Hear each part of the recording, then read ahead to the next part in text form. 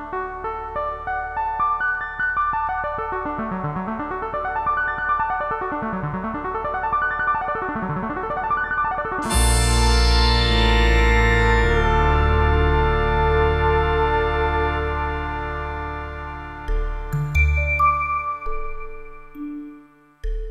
to Generator, your view into the ever-evolving and vibrant art scene in Ireland today.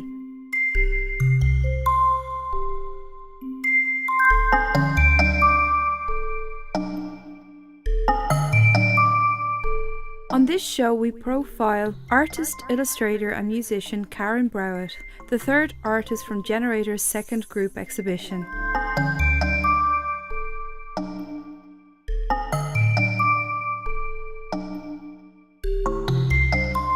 We meet up with Hannah Fitz at Iblana House, Marrowbone Lane, to have an in-depth look at basic space.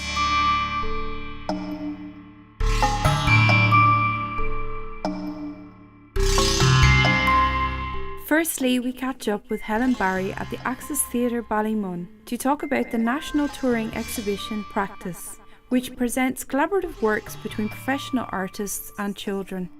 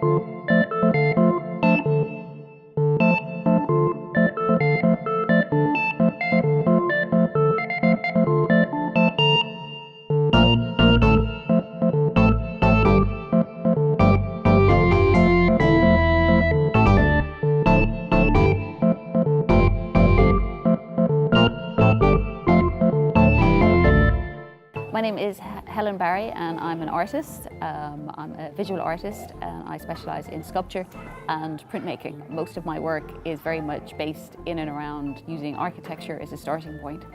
And for quite a number of years, my work has taken me to exploring specific buildings where communities come together, specifically, I suppose, churches of different faiths, mosques, where that idea of sense of prayer still draws people together, and it's not necessarily, it's not the belief in God or religion, and it's not that I'm interested in, but a space that people are drawn together in. Often when you would go into a building, whether it's a church or a house of prayer, you feel very calm in these spaces, and maybe naively had thought, is this the idea or the essence of prayer or spirituality that exists between the building?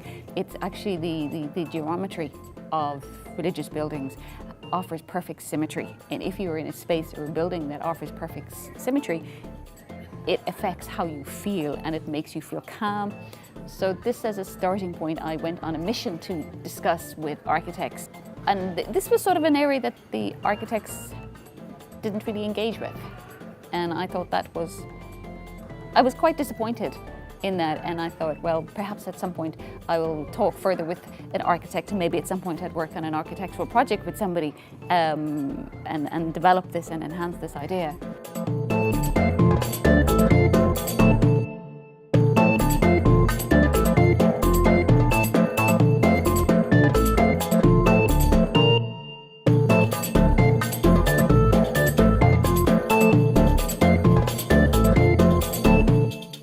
Well, I suppose the work here that we're sitting in, this is part of a group exhibition called Practice.ie, which is it's being produced by KidZone, who are an arts organisation who hugely support the work of artists, professional artists, who working with children in a collaborative process. Like as an artist, I've spent over 20 odd years working through creative forms with young people and with children, but it's only in the last few years that I've worked actually with early years children, and with them I actually take what I do in my studio and the ideas that I have in the studio, I take that to them, whether it's in a say, well, this particular piece is based on a residency I did over a number of months with a group of children in senior infants, so the average age was 5 and 6. the spontaneity of how they work, and I brought my ideas from the studio into the classroom and handed it over to them to a certain extent, and to see what they were going to do with my ideas. And the idea was that they were allowed to push the idea in whichever direction that they wanted to, and we worked on a very large scale, but a lot of it was because I had handed a lot of it over to them, and they would make the decisions on what we were going to do next. They often challenged an awful lot of my views on what I was doing in the studio, and the particular piece in this exhibition, and my piece is called On Site, and it was to produce, for me, I was going to produce a piece using concrete and suspend it from the ceiling, and to reflect the cityscape. But I had so overworked it in the studio, and I was almost about to start actually making it.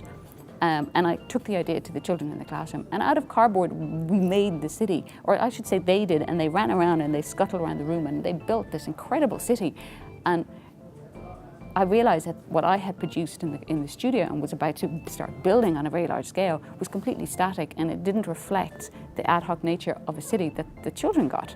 And it was brilliant, because I was able to go, okay, they're doing a lot of the editing for me, and they're fantastic in terms of, yes, if they like something, they like it, and if they don't, they don't, and there isn't any bit in between. It's either yes or no. And with the work with early years, I take so much of their ideas and what that they have done with my work, and challenged me to relook at a lot of the work that I'm working on. And that has really inspired a lot of the work, and it has provided a huge amount of energy into what I'm doing. Often as an artist, you often question kind of what am I doing in the studio, and you do have bouts of low confidence in what you're doing, and the children in the classroom, when you say, well, you're an artist, they accept this, and they don't question it. They don't ask you, well, why, and what are you doing? They just go, right, okay, get on with it, and they accept this. And that's fantastic, because they have huge trust in your ability to actually do something. They don't question for a second. If you say you're an artist, you're an artist. And there's a lot of responsibility in delivering for them. But it's often when you're not having to justify yourself with it. And that in itself is usually refreshing. And I suppose any profession who goes into a group of younger children, if they say this is what they are and this is their profession, they go fine. But as an adult, when you say you're an artist, people they question you about it. Whereas if somebody said I was a fireman or a milk delivery or a computer person, they would go, oh yes, I know what you do. And that's accepted as a profession. But as people don't accept often an artist as a profession, whereas children actually do. With the younger children, they do. So sometimes when I question a lot of what I'm doing with the children, and I have a piece of artwork, then sometimes I'm not sure where does it start and where does it stop. And there's this fantastic energy in this cycle of the ideas that they're feeding in, and where they're influencing my various pieces of what I'm doing.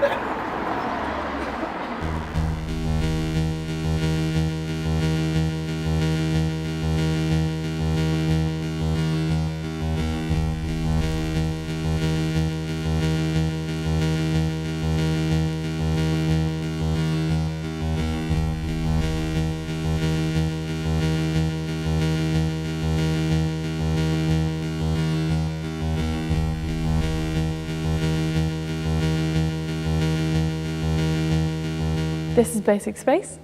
I'm Hannah Fitz. I studied sculpture in NCAD. In our third year, we decided that we were going to look for a vacant property to have a show in. But it was so difficult at the time that we ended up putting 8 months into the search and became a lot more committed to the idea of running an art space. Eventually we got a building, a gigantic warehouse behind Vicar Street. We've been open for 3 years now, functioning as a studio space, workspace, gallery.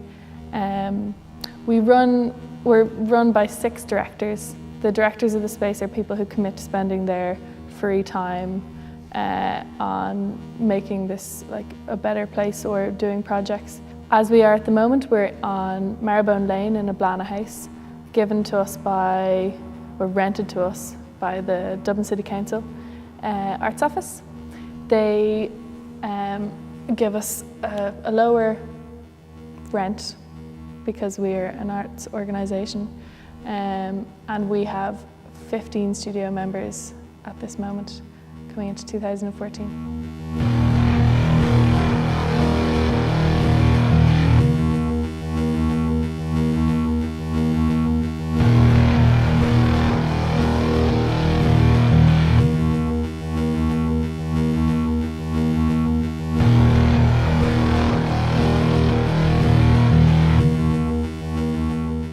The next thing we have coming up is the Institute of Jamais Vu are coming over. They are a London-based group and they are painting all of our walls with green screen and making a video in the time that they're over here. They're going to make a video with Star Wars costumes and everything. It's really lovely when you have a show coming from a different country that isn't just coming over with stuff and then putting it here. They're making their work here, which is something that we're really excited about at this point, because I think everyone in the studio, we're at the point of developing our practices. The average kind of age of people's development in here is 2 years or 3 years out of college. We've got a couple more than that, but that's where people are at. They need to be spending time in the studio and talking to each other a lot about their practices. So it's nice to have some place that retains the good things about college after you leave, and the structure of having a workplace.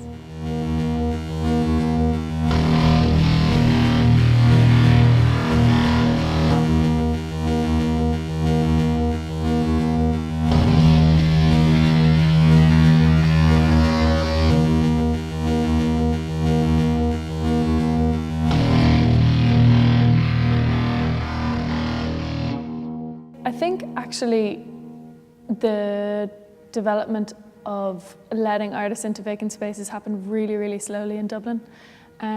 We were watching Limerick, the Creative Limerick programme, and went down and visited it and spoke to a lot of the artists working in the spaces. And we didn't know why the Dublin City Council hadn't recognised that way of working.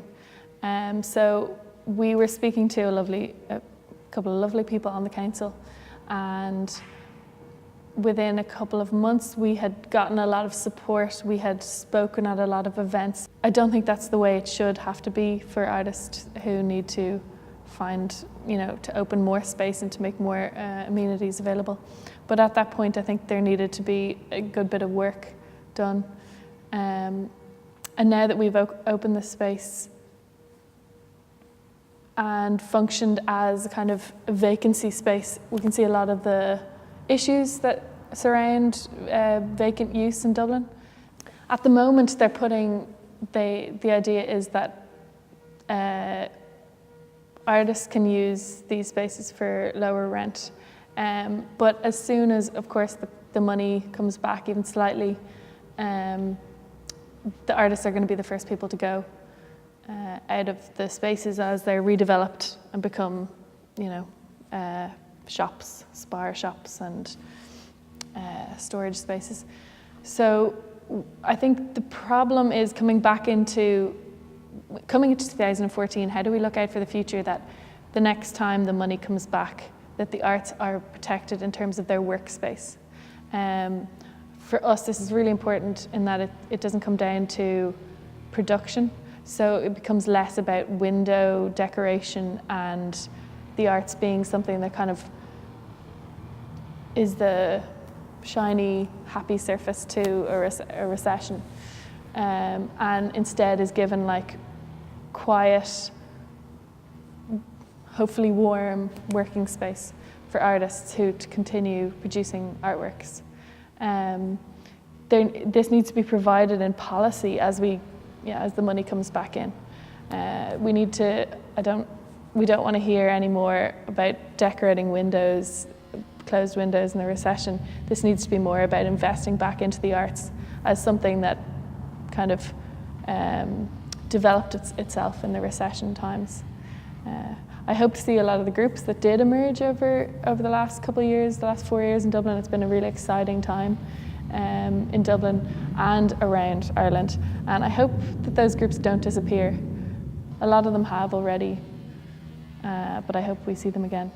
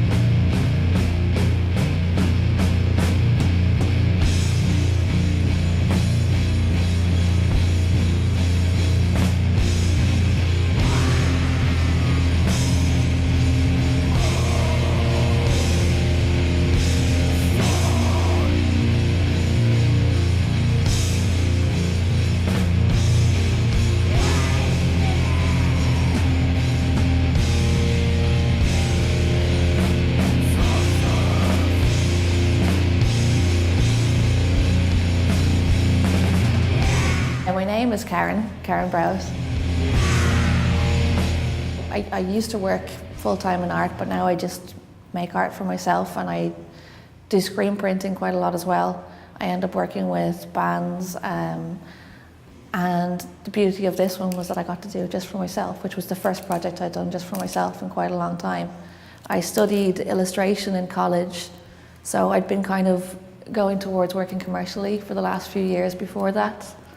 And before that again, it was literally just posters for gigs and making t-shirts and album cover type things and scribbling little cartoons. And I guess like when I was growing up, my granddad was a cartoonist, so we always just kind of drew dumb cartoons growing up the whole time. That's kind of where my whole love of it started.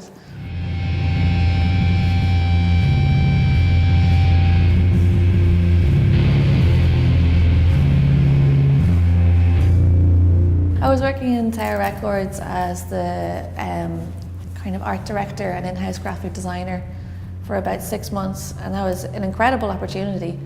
I learned loads from it. You really get to progress your work in a certain way because you always have these very strict deadlines, so there's zero procrastination.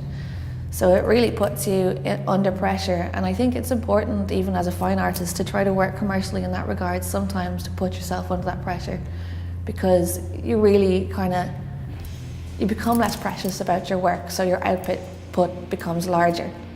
I'm actually quite happy now to not have that and to be able to go, well, I have this much time at home now for art, I'm not going to use it on all this stuff that I have to do for all these commercial reasons. Finally getting back to drawing for the love of it, but I've still got all this wonderful experience from Tower of throwing things out much faster and with less procrastination than I used to.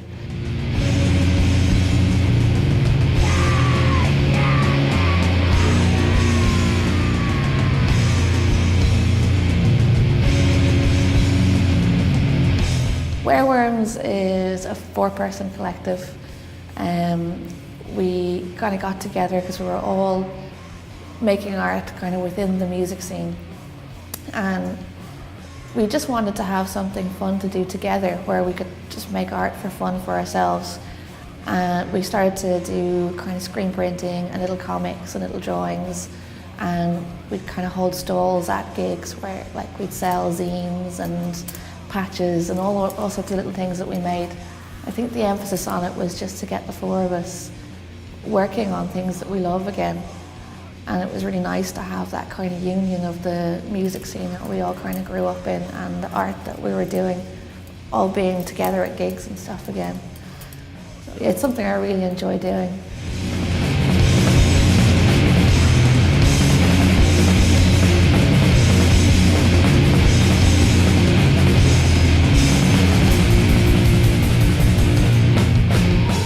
Yeah, this was a really amazing project for me because, like I said, having worked so hard to become a commercial artist for so long, everything is always too brief. And I think after a few years of that, I kind of forgot how to just draw from me and what I wanted to say in my pictures. It was always trying to rein in a visual interpretation of somebody else's idea.